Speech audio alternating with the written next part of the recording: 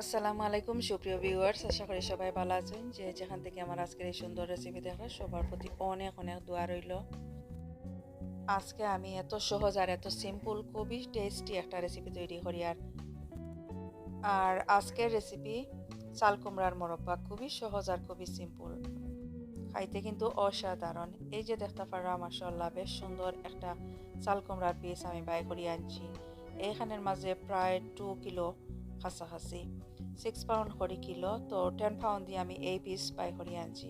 এইখানের মাঝে প্রচুর বীজ আছে, আর বীজগুলা এত সুন্দর আর পরিপক্ক বীজ। কিভাবে আমি বুঝলাম পরিপক্ক? এই যে দেখতে পারা সাদা চুনের মতো দেখা যায় পাউডার চাল কুমড়ার পিছনে দিয়া, তো সম্পূর্ণ এইভাবেই আসছিল। তো এই কারণে আমি বুঝতে পারছি যে এগুলা পরিপক্ক। আর আরেকটা কারণ হইল, এই বীজগুলার মাঝে কিছু বীজের মাঝে শিকড়ও বাইরে গেছে। চাল কুমড়ার ভিতরে বীজ থাকার পরেও দেখা যায় কয়েকটার ভিতরে শিকড় বাইরেছে, তাহলে বুঝতে পারছি যে চাল কুমড়া খুবই পরিপক্ক। আর বীজগুলোও আমার অনেক কাজে আইব। আগামী বছর আমি এই বীজটাকে চারা করিয়া আমার গার্ডেনের মাঝে লাগাইতে পারবো সামার টাইমে। আর 3-4 দিন হয়ে গেছে ঘরের ভিতরে এই চাল কুমড়ার বীজ আনিয়ে রাখছি। আর দেখা যায় সাইডটা একটু নষ্ট হয়ে যায়, আর হলুদ হলুদ ভাব হয়ে যায়, তো সাইড আমি কাটিয়ে নিচ্ছি। আর যে জায়গাটা নষ্ট হয়ে গেছে এগুলো আমি কাটিয়া ফেলাই দিই। আর এই চাল কুমড়া আসলে বাংলাদেশি চাল কুমড়া নয়, অন্য কোনো দেশি হয়তো হইতে পারে।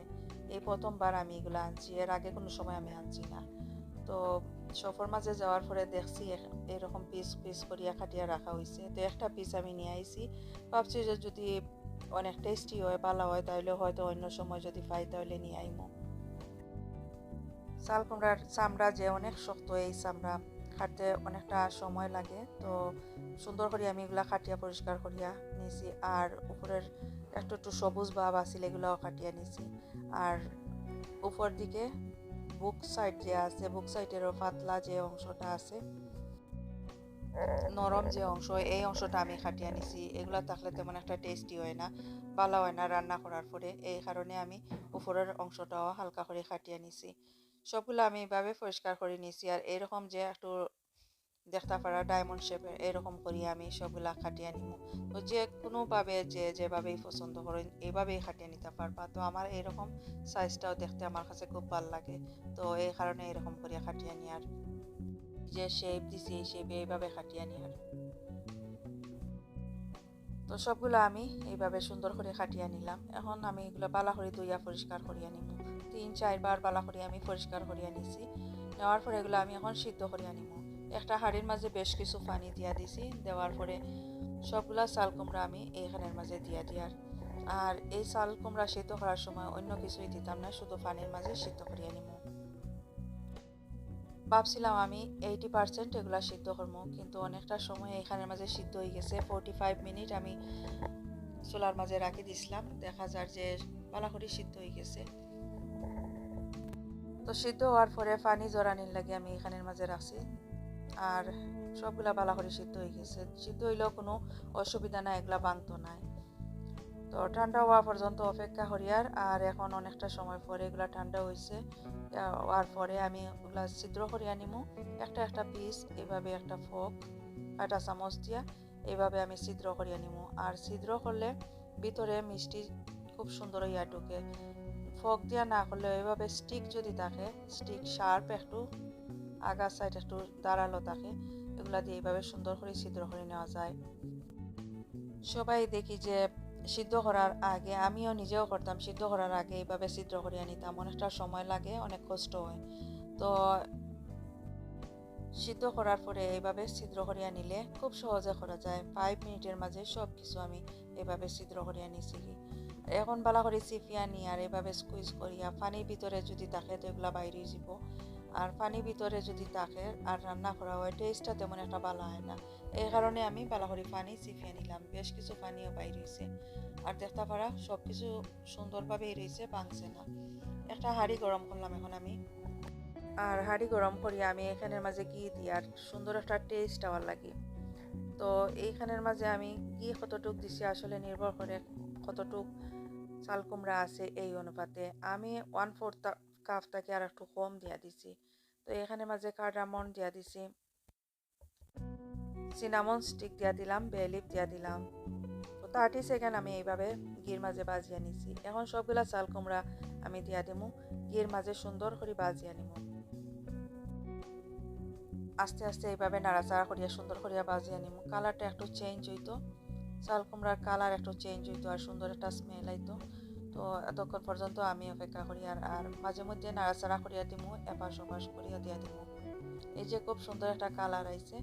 আর এখন আমি চিনি দিয়া দিই। আর মিষ্টি আসলে যে যতটুক খাইতে পালা ফাইন পছন্দ করেন অতটুক দিয়া দিবা। আমি প্রথমে হাফ কাপ দিছি, এরপরে আরও 2 টেবিল স্পুন দিছি। আসলে আমি বেশি মিষ্টি খাইতে চাই না, এই কারণে একটু কমাইও দিলাম। তো আর একটু মিষ্টি 1 কাপ দিলে পারফেক্ট হইব।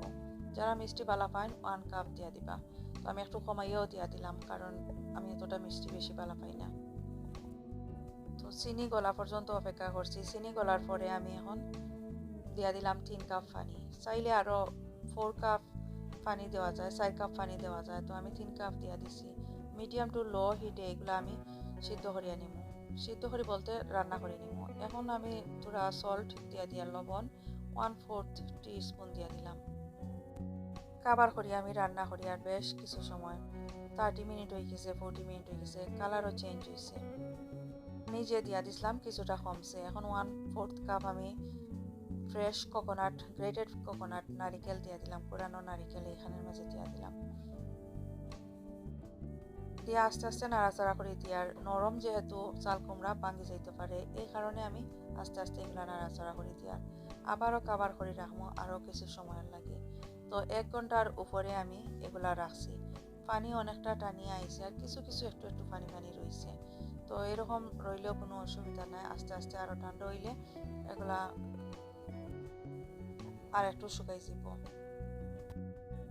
1 ঘন্টা 20 মিনিট আমি মিডিয়াম টু লো হিটে এগুলা জাল করিয়া নিছি। তো দেখতে পারো সুন্দর একটা কালারও আইছে আর খুবই টেস্টি হয়েছে আর খুব সুন্দর একটা গ্রান বাইর হয়েছে। তো এখন আমি ডিশ আউট করিয়া নিব। যারা মিষ্টি খাইন আর একটু বেশি দিয়া দিবা।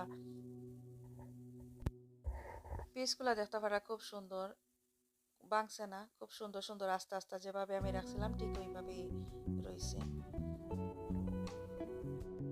এগুলা এমনিতেই খাওয়া যায়, গরম ভাত, বেগুন ভাত দিয়া এগুলা খাওয়া যায়। দুধ দই সাথে দিয়া খাইতে খুবই টেস্টি হয়। তো যদি ভালো লাগে আমার আজকের এই recipe, please like share and comment করবা। যারা অলরেডি সাবস্ক্রাইব করছেন থ্যাংক ইউ সো মাচ।